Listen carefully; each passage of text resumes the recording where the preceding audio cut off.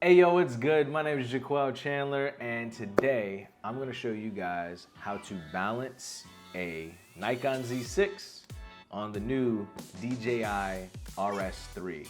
This is the combo pack, so this is the one with the focus motor, the focus rail, and the plate and everything. So without further ado, let's get into it.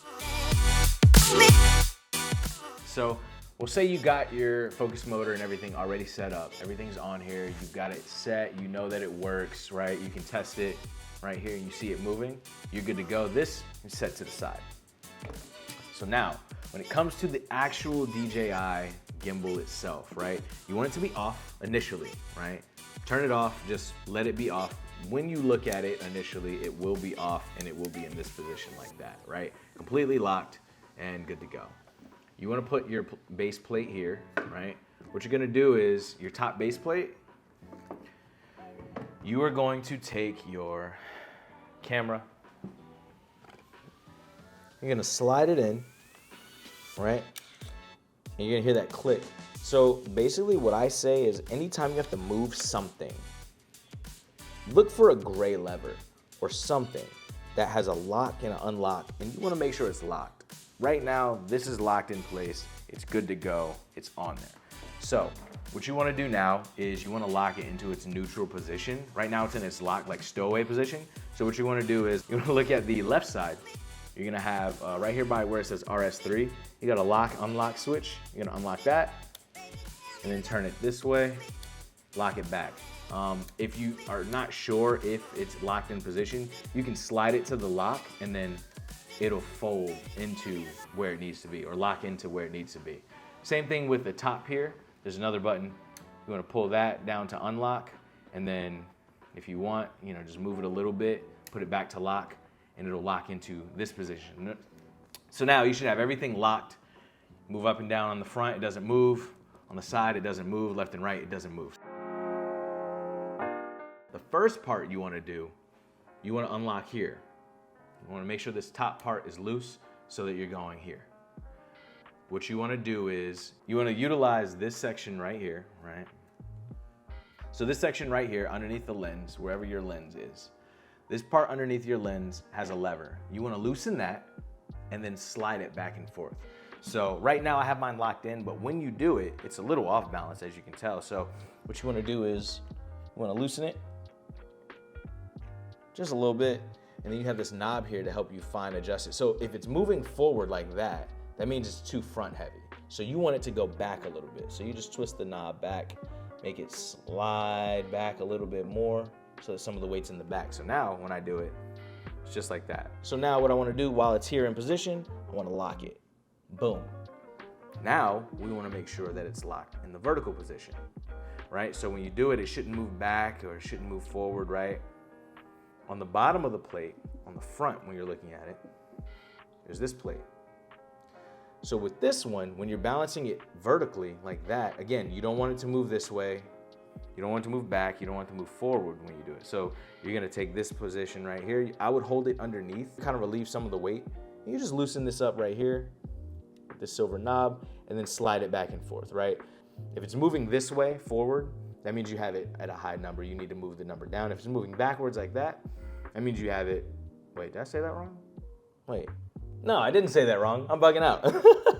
No, so if it starts to move forward like that, that means your number is too high. So what you want to do is take it, slide it back down a little bit, right? So I just kind of moved mine off of being good, and now I got to reset it. All right, so now when it's perfectly locked on both axes, right? Axes, it should be like this. Wherever you put it, it should stay. It shouldn't move.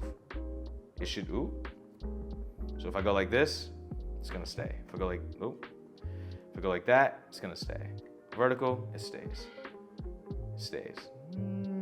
It's a little off, but that's fine. It'll actually adjust itself when you do the initial calibration. So once that's done, you wanna lock this top one in place. Boom, boom. So now the next one is this side. You're gonna take this lock, unlock it. As you can see, it immediately moved to the right. Immediately, right? It'll either go this way or that way, right? So what we want to do here is just adjust this back portion right here. So as you're adjusting it, right, you got, yet again, another unlock knob. You want to unlock it. And if it's moving to the right, that means you got a lot of weight on the right side. So you want to shift it to a higher number. So we'll move it a little bit past 1. I've done this earlier, so I know that it doesn't need much, for me at least, for my setup. I'm rocking the original Z6 with the FTZ Adapter and a Tamron 24-70 f2.8 G2.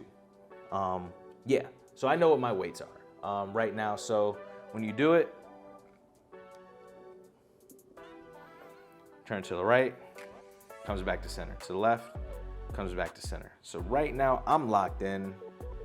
We are good to go. So now for this last one, right? This is the one where you unlock all of the axes, right? Make sure everything's locked or unlocked. And when you do it, from what I understand, I saw a couple people doing this. They were saying, whoops. They were saying that you should be able to hold it like this and it should be level, flat. If it's off to the right and you need to move it back some, it'll start to do one of these. Or if you have it too forward, it'll do one of these. For me right now, mine is good. Mine is, even when I like lift it up a little bit, it comes back to level. So I'm good on that. I'm not gonna mess with that. That's fairly straight. I locked it in earlier and I have it locked to a 1. So if you have the exact same setup as me, which I don't know, maybe you do. The numbers that I have are for this top act, for the base plate. For me, my base plate, I have it, the very front of it is about 1.7. For this top axis, for when it's, upside down like this, I have the very bottom of it right below 4, so like 3.9 if you could call it that. I don't really know how you would read that. For this back axis, I have it at, I don't know, I guess you can call it 0.25. It's just increments of a half, so it's between 0 and half. And then for this bottom one, I have it at 1 exactly. So that's my setup, that's how I have it. And so now you have your focus motor on here. It should be completely leveled. So what we're gonna do is turn it on. And actually, yeah, we'll just turn it on. Because it can automatically unlock and everything. And so I'm already locked in. All right, so what we're gonna do is check it. So the gimbal, you should be able to see right there, it shows that everything is fairly good. All green or 0, so that's good. I'm gonna go back, we can go here to gimbal and hit start calibration. Now, the best way to do this is just to sit it down and hit start calibration. It's gonna do a bunch of movement, a bunch of wiggly things, and that's fine, it's normal. It's gonna make some noises, and the percentage is gonna go up, and it's gonna just check everything that we did and see if it's good.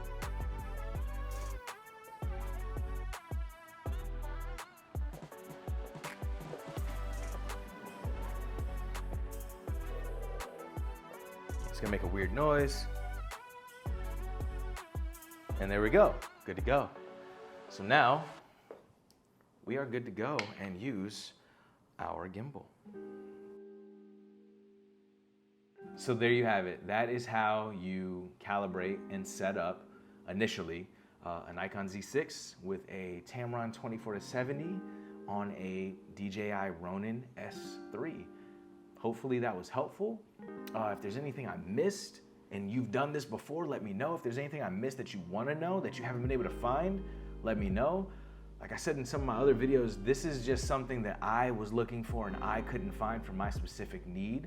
So I like to make videos of things that I wish I would be able to find. So yeah, hopefully this helped you. Hopefully you learned something. Hopefully this was insightful.